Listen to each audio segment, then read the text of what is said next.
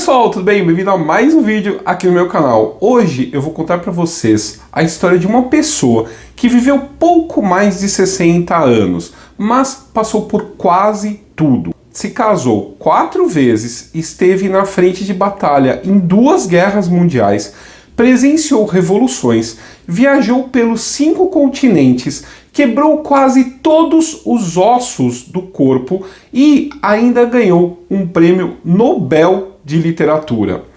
Ernest Hemingway é considerado um dos maiores escritores norte-americanos de todos os tempos. Autor de obras que estão nas estantes de todos os apreciadores de literatura.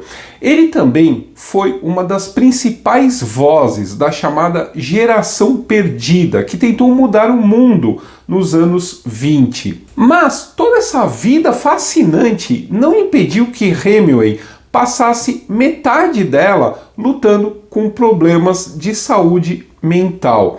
E é sobre ele que eu vou falar no vídeo de hoje. Ernest Miller Hemingway nasceu em 21 de julho de 1899 em Oak Park, num subúrbio de Chicago, nos Estados Unidos. Essa era uma comunidade conservadora e religiosa, onde a maior parte dos moradores tinha um padrão de vida confortável. Era o caso dos pais dele, o médico Clarence e a musicista Grace. Ernest era o segundo filho e o mais velho dos meninos. Muito do que Hemingway levou para a vida, ele aprendeu com os seus pais. Grace, por exemplo, insistiu que ele aprendesse violoncelo e Hemingway chegou a tocar na orquestra da escola esse instrumento. Embora ele não gostasse muito de música, nem se desse bem com a mãe, a experiência acabou colaborando para o seu estilo de escrita. Ernest aprendeu como usar o ritmo e a estrutura musical para contar histórias. Já Clarence gostava de passar tempo ao ar livre e costumava levar os filhos para acampar na beira do lago, onde os ensinava a caçar, a pescar e a sobreviver na natureza. Ernest acabou herdando esse amor pelas aventuras e mais tarde iria preferir viver em lugares isolados do que nas grandes cidades. Além de participar da orquestra, Hemingway se destacou no ensino médio como esportista, competindo em corrida, boxe, futebol americano e polo aquático. Ele também era um bom aluno em inglês, tanto que editava o jornal e o anuário da escola.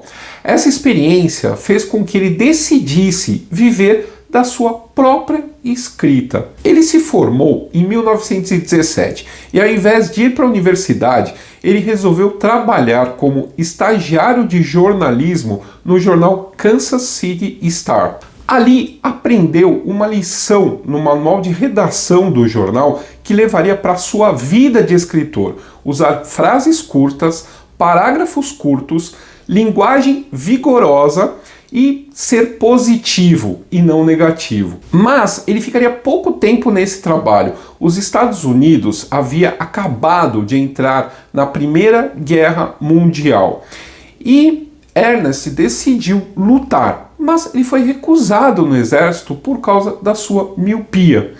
Ele então se voluntariou para trabalhar como motorista de ambulância da Cruz Vermelha e foi mandado para a França em maio de 1918. A primeira experiência da guerra de Hemingway ocorreu quando ele chegou em Paris, que estava sendo bombardeada pelos alemães. Um mês mais tarde, Hemingway foi mandado para Milão, na Itália. No primeiro dia, uma fábrica de munições foi atacada e ele recebeu ordens para ajudar no resgate das operárias. Mais tarde, ele descreveu o horror que encontrou, contando que tiveram que recolher os pedaços dos corpos das moças. Em 8 de julho, foi a vez da ambulância que ele estava dirigindo ser alvejada por um morteiro. Hemingway foi seriamente ferido nas pernas. Mesmo assim, ele saiu do veículo e foi ajudar os soldados. Por isso, acabou sendo condecorado com a Cruz do Mérito pelo governo da Itália. Ele precisou ir para um hospital de campanha onde sofreu uma operação de emergência nas pernas. Depois foi transferido para Milão. Hemingway ainda estava no hospital se recuperando quando a guerra acabou, em novembro. Foi ali que ele conheceu uma das enfermeiras, Agnes von Kurowski, 7 anos mais velha que ele. Os dois se apaixonaram e chegaram a ficar noivos. Hemingway planejava se casar com ela, mas depois que ele voltou para os Estados Unidos em janeiro de 1919, ele recebeu uma carta dizendo que Agnes ia se casar com um oficial italiano. Isso também não acabou acontecendo, mas os dois nunca mais se viram. Hemingway ficou devastado e essa desilusão amorosa afetou o seu relacionamento com as mulheres pelo resto da sua vida. Como se não bastasse, ele teve dificuldade em se adaptar à vida nos Estados Unidos depois da guerra. Hemingway ainda estava se recuperando do ferimento e estava sem emprego e morando na casa dos pais, com quem não tinha liberdade para falar a respeito dos traumas que havia vivido na guerra. Foi por isso que ele agarrou com as 2 mãos a primeira oportunidade de trabalho, que foi em Toronto, no Canadá, como cuidador de um rapaz com deficiência física. Mais tarde, ele conseguiu um contrato no jornal Toronto Star e começou a escrever artigos para eles. Hemingway continuou trabalhando para o Toronto Star depois que voltou para os Estados Unidos. A partir de setembro de 1920, ele se fixou em Chicago, onde conseguiu um emprego como editor de um jornal do movimento cooperativista. Foi nessa época que Hemingway conheceu uma jovem ruiva chamada Hadley Richardson. Ela estava na cidade visitando amigos que, por uma coincidência, também eram amigos do Hemingway. Hadley era mais velha que ele e tocava piano e apreciava atividades ao ar livre, assim como Hemingway. Ele ficou tão impressionado com a moça que escreveu: "Eu sabia que era a pessoa com quem eu ia me casar." Os dois se corresponderam com frequência e ele chegou até a visitá-la algumas vezes em St. Louis, onde ela morava. Em menos de um ano, os dois decidiram se casar e se mudar para a Europa. Dinheiro não era um problema, porque Hadley tinha recebido uma herança e Hemingway conseguiu um contrato para ser correspondente do Toronto Star no Velho Continente. Primeiro, eles pensaram em ir para Roma, mas acabaram sendo aconselhados por um escritor a escolher Paris, pois lá, segundo esse escritor, viviam as pessoas mais interessantes do mundo. Outra questão que pesou é que, na época, a capital francesa era barata para os norte-americanos. Os dois se casaram em 3 de setembro de 1921 e 2 meses depois embarcaram para Paris, onde foram viver num apartamento minúsculo no Quartier Latin, um dos centros da vida boêmia da cidade. Hemingway logo fez amizade com a escritora Gertrude Stein, que se tornou sua mentora e o apresentou para muitos dos artistas e intelectuais estrangeiros que faziam de Paris a capital cultural do mundo, como eu contei no episódio sobre os loucos anos 20. Além de Stein, Hemingway ficou amigo de outros escritores norte-americanos, como o casal Scott e Zelda Fitzgerald e Ezra Pound, que conheceu no principal ponto de encontro dos autores de língua inglesa em Paris, a livraria Shakespeare & Company.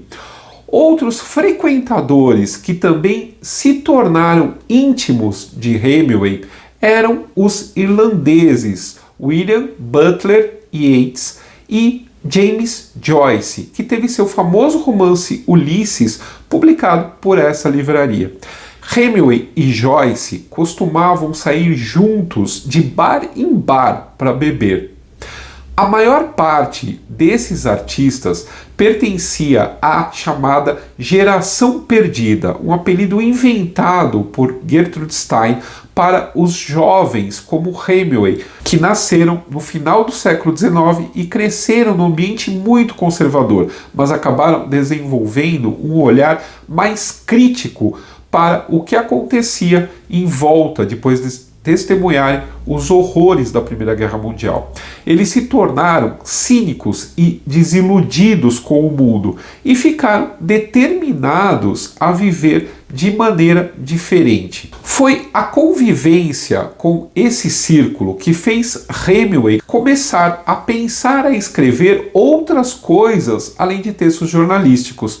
Encorajado pelos amigos, especialmente Ezra Pound, ele começou a produzir contos. Infelizmente, a maioria desses primeiros textos de ficção se perderam em 1922, quando a esposa de Hemingway esqueceu uma maleta com os manuscritos numa estação de trem. Além de escritores, Hemingway também fez amizade com vários pintores espanhóis radicados em Paris na época, como Pablo Picasso e Juan Miró.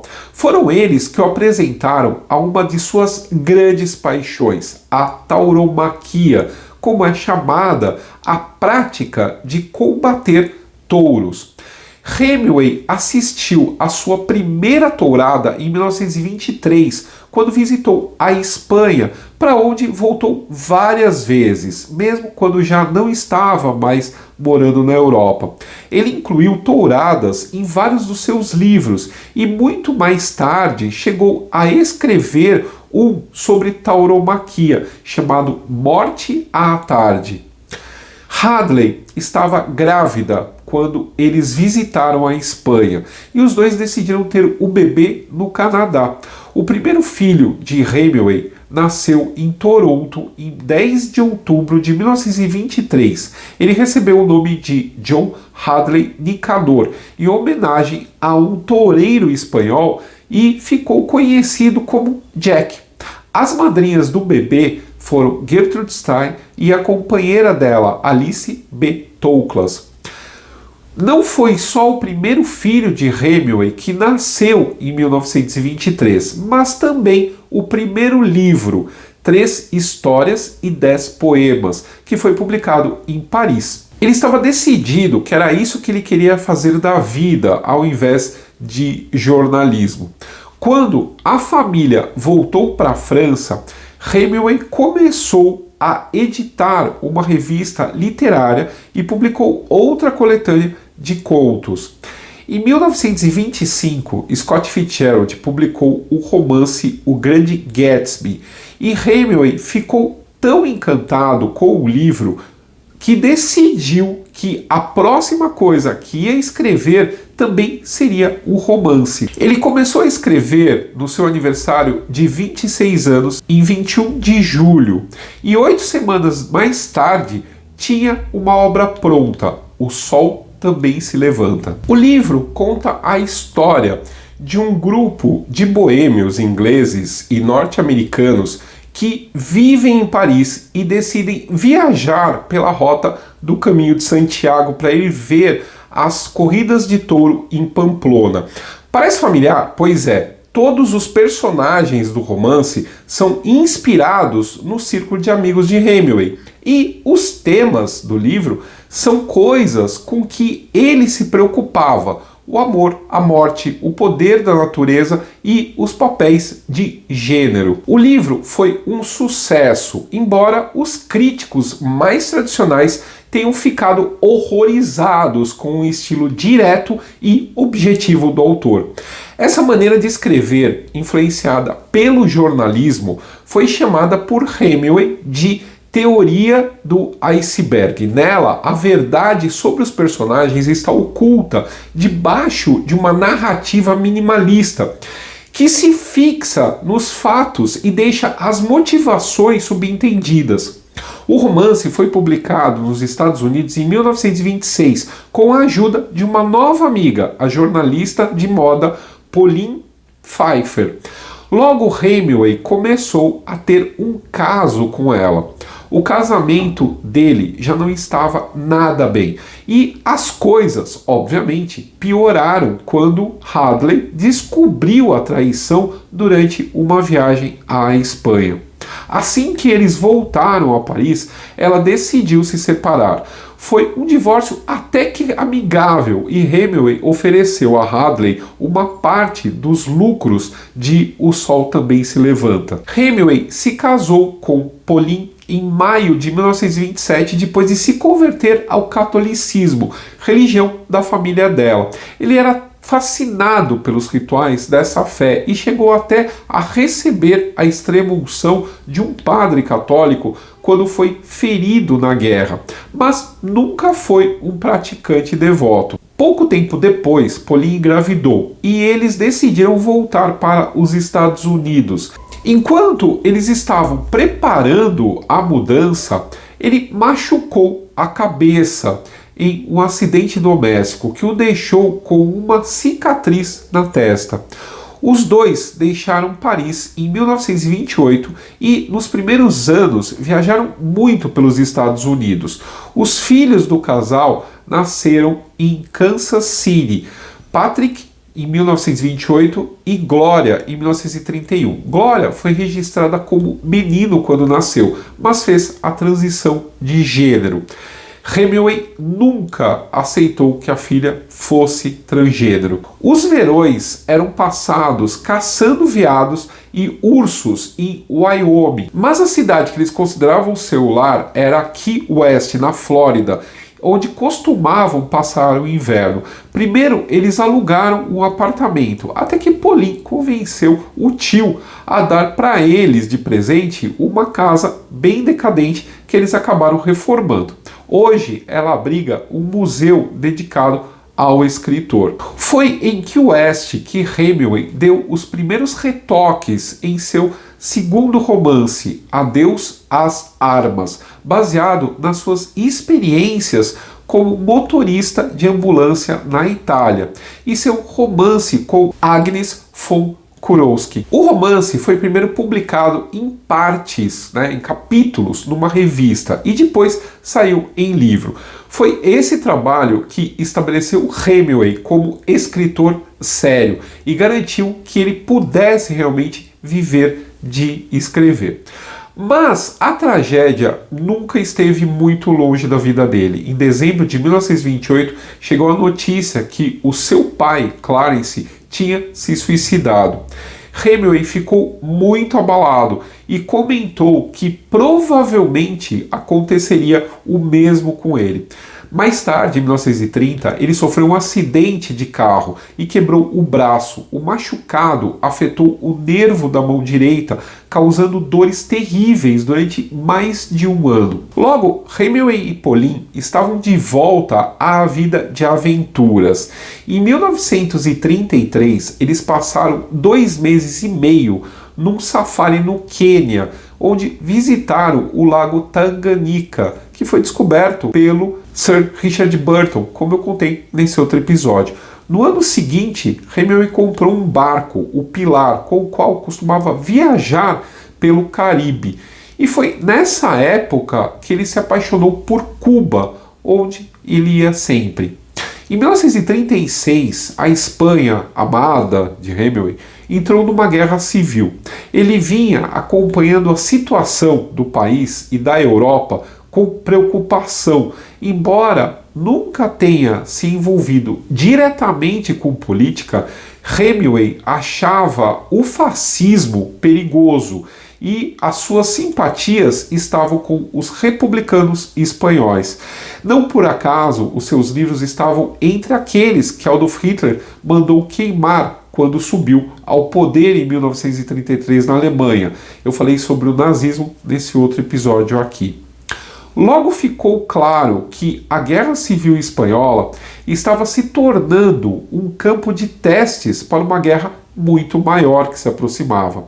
Assim, ele resolveu voltar ao jornalismo e assinou com uma agência de notícias para cobrir o conflito.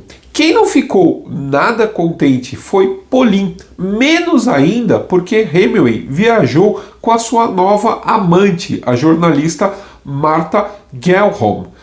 Ela é considerada uma das maiores correspondentes de guerra do século XX e esse foi o primeiro conflito que Martha cobriu. Os dois chegaram à Espanha em março de 1937 e Hemingway começou a trabalhar com o cineasta holandês Joris Ivens no documentário Terra Espanhola, que mostra a luta dos republicanos de esquerda contra os fascistas, liderados por Francisco Franco. Ele foi um dos roteiristas e também substituiu Orson Welles na narração do filme, que foi apresentado na Casa Branca em julho de 1937.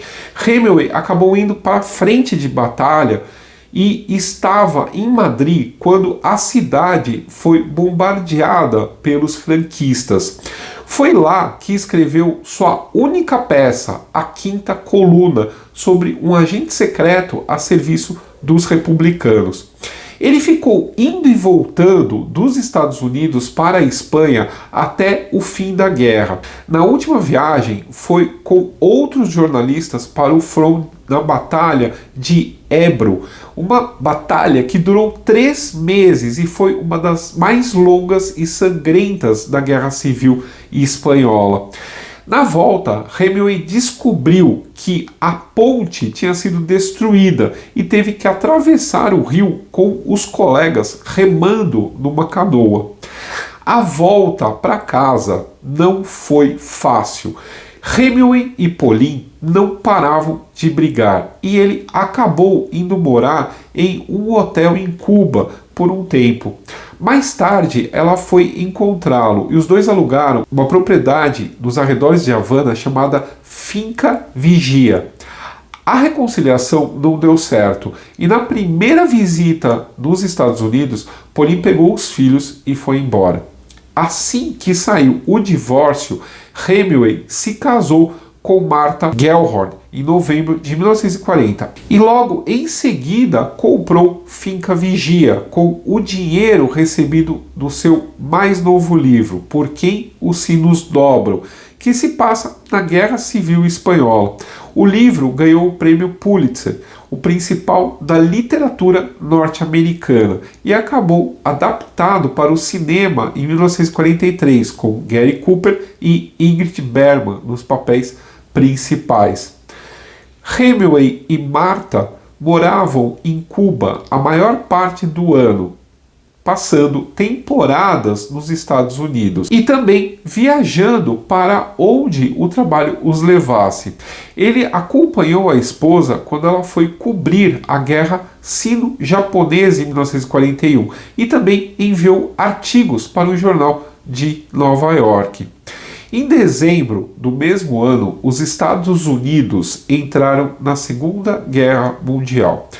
Hemingway transformou o iate Pilar em um navio caçador de submarinos e começou a patrulhar o Golfo do México.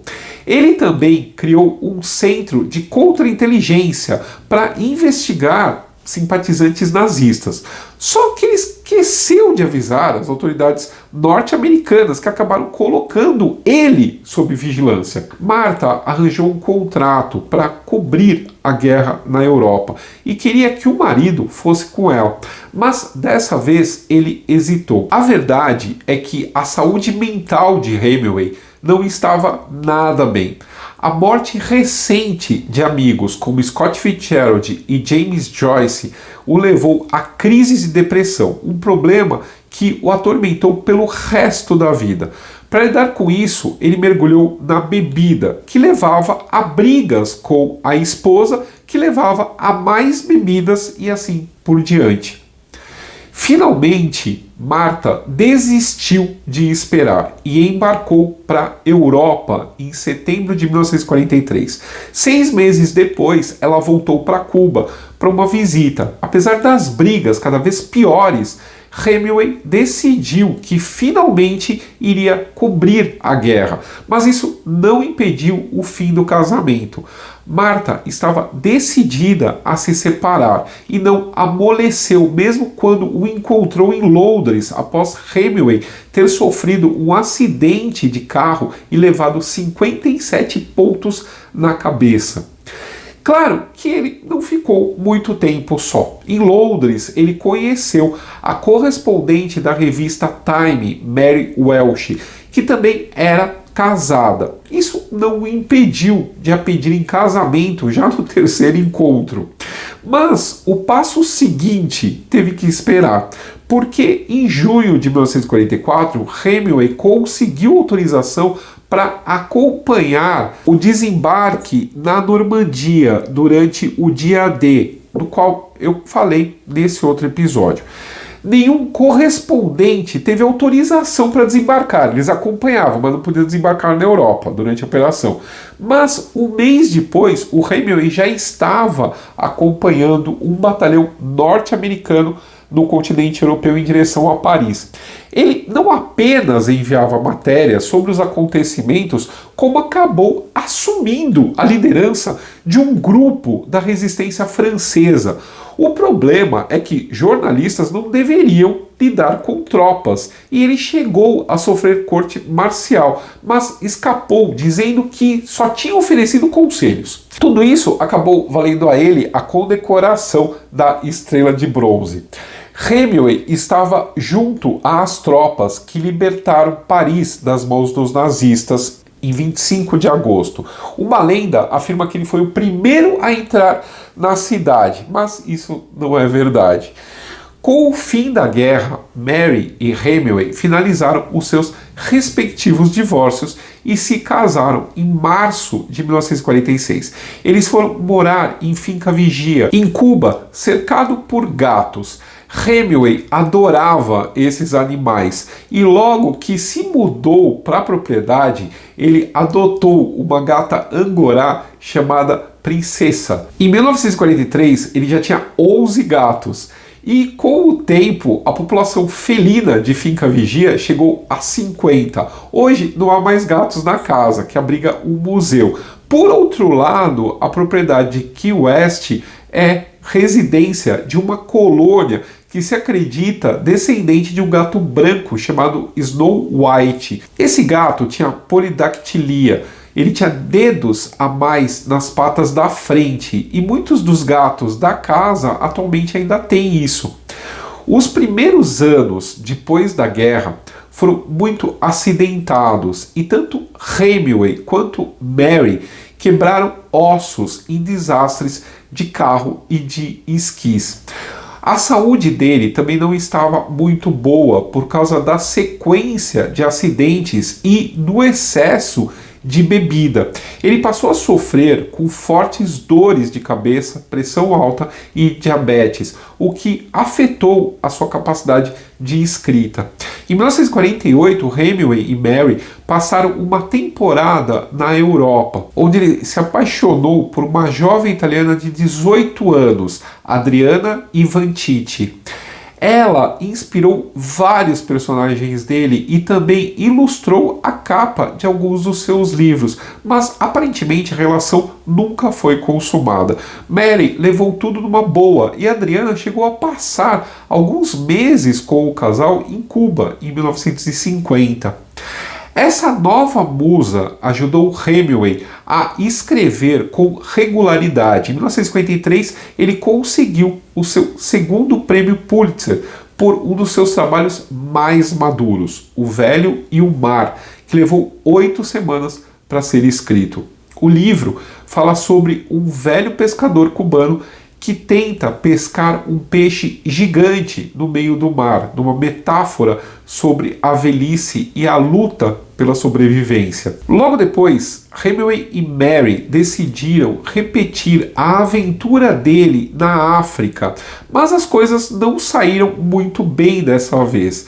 Em janeiro de 1954, os dois fretaram um avião para sobrevoar o Congo belga, fotografando pontos turísticos, mas acabaram tendo que fazer um pouso forçado no qual os dois se machucaram. Na manhã seguinte, eles conseguiram chegar a uma cidade próxima e encontraram um piloto que tinha vindo procurá-los. Só que esse outro avião pegou fogo na decolagem e eles mal conseguiram sair com vida. Hemingway teve que abrir a porta batendo com a cabeça nela, o que provocou outra lesão séria. Nesses acidentes na África, ele fraturou a coluna e o crânio, deslocou o ombro e sofreu ruptura dos rins e do fígado. Quando finalmente voltaram à base, descobriram que já havia repórteres para cobrir a morte do grande escritor. Hemingway não morreu, mas a sua saúde se deteriorou e, para lidar com as dores, passou a abusar ainda mais da bebida. Ele ainda estava se recuperando quando recebeu uma notícia extraordinária. Em outubro de 1954, Hemingway recebeu o Prêmio Nobel de Literatura. Ele aceitou o prêmio com modéstia, dizendo que havia candidatos melhores. Como não podia ir à cerimônia na Suécia, Hemingway mandou um discurso de agradecimento falando sobre como é a vida de um escritor. Em 1956, ele já tinha se recuperado o suficiente para fazer uma nova viagem pela Europa com a Mary. Quando estavam em Paris, eles foram informados de que havia alguns baús que Hemingway tinha deixado no Hotel Ritz quando saiu da França, ainda lá em 1928. Qual não foi a surpresa dele ao reencontrar vários diários e cadernos de anotações sobre a sua vida na época, os seus amigos e a cidade. Assim que eles voltaram para Cuba, Hemingway começou a organizar essas anotações que deram origem ao livro Paris é uma Festa, publicado depois da morte do escritor. Durante os anos seguintes, Hemingway não publicou nenhum livro novo. Enquanto entrava e saía de períodos depressivos, ele dava os últimos retoques em várias de suas obras.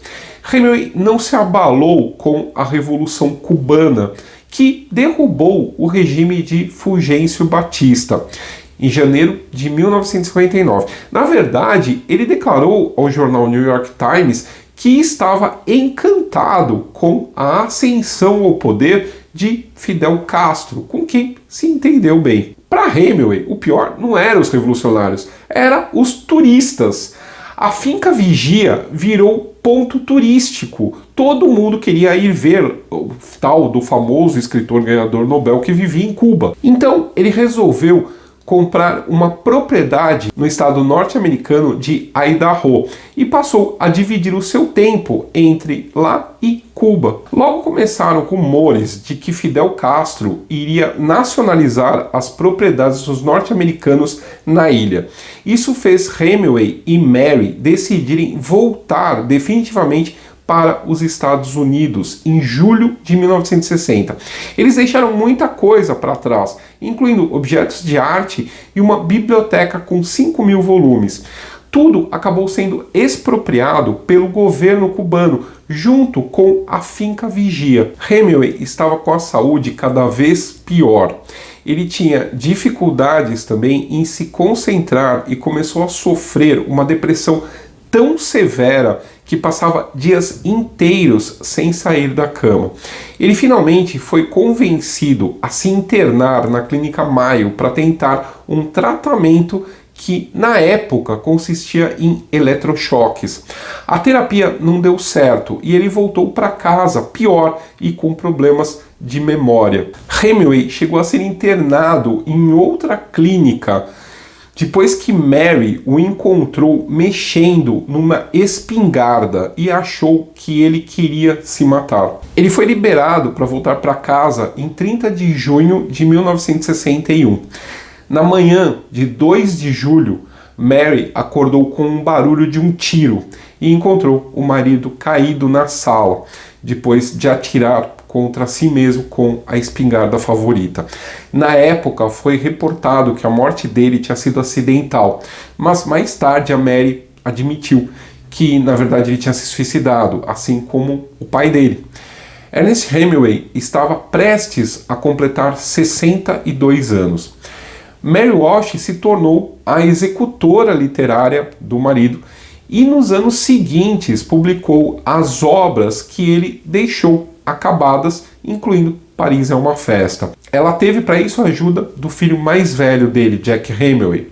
Duas das filhas de Jack se tornaram atrizes famosas, Margot e Mariel. Além do Hemingway e do pai, vários outros membros da família acabaram se suicidando devido a problemas com depressão.